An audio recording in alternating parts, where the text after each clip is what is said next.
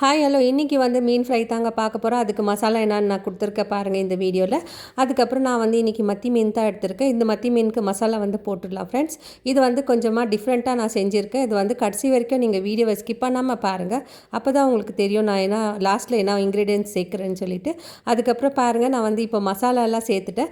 மசாலா சேர்த்துட்டு இது ஒரு 10 நிமிஷம் இல்லைனா ஒரு ½ அன் ஹவர் வச்சுட்டு அதுக்கப்புறம் நம்ம வந்து கோதுமை மாவு எடுத்துக்கலாம். கோதுமை மாவில் வந்து 2 சைடும் நல்லா டிப் பண்ணிவிட்டு நல்லா கோட் பண்ணிவிட்டு அதுக்கப்புறமா நம்ம வந்து ஃப்ரை பண்ணிடலாம்.